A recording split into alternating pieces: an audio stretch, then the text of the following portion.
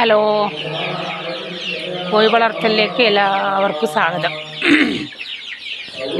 അങ്ങനെ കുറച്ച് BSF larva ഇവർക്ക് ഉണ്ടാക്കി കൊടുക്കാമെന്ന് വിചാരിച്ചു. കണ്ടോ പുഴു, അതിലേക്ക് ഒരുപാട് കോഴികളുണ്ടാകുമ്പം തീറ്റ ഉണ്ടായിനല്ല, ഒരുപാട് തീറ്റ ഉണ്ടായിന്. എല്ലാം പുറത്തുതന്നെ ഇട്ടിട്ട് മഴ കൊണ്ടിട്ടേറ്റം ഫുള്ള് മോശമായി. പിന്നെ ഒന്നും ചെയ്യാൻ കഴിയില്ല. നമുക്ക് ഇവർക്ക് തന്നെ ഒരു ലാർവ ഉണ്ടാക്കി കൊടുക്കാം. അവരിപ്പോൾ ഓടിപ്പാടി കളിക്കുന്ന എന്തിനാ?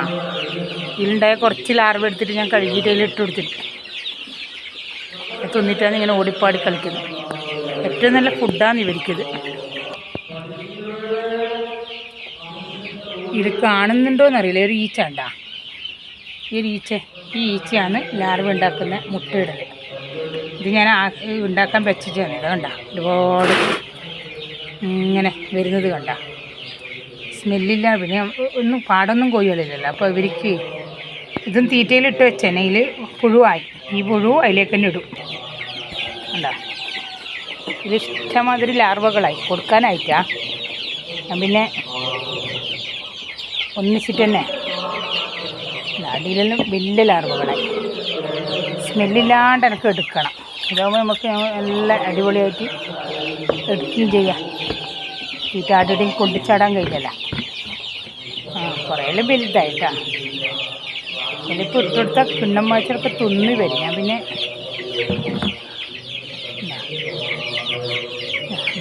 സാധനം ഇങ്ങനെ വേസ്റ്റൊന്നുമല്ല, നല്ല സാധനം ആയതുകൊണ്ട്,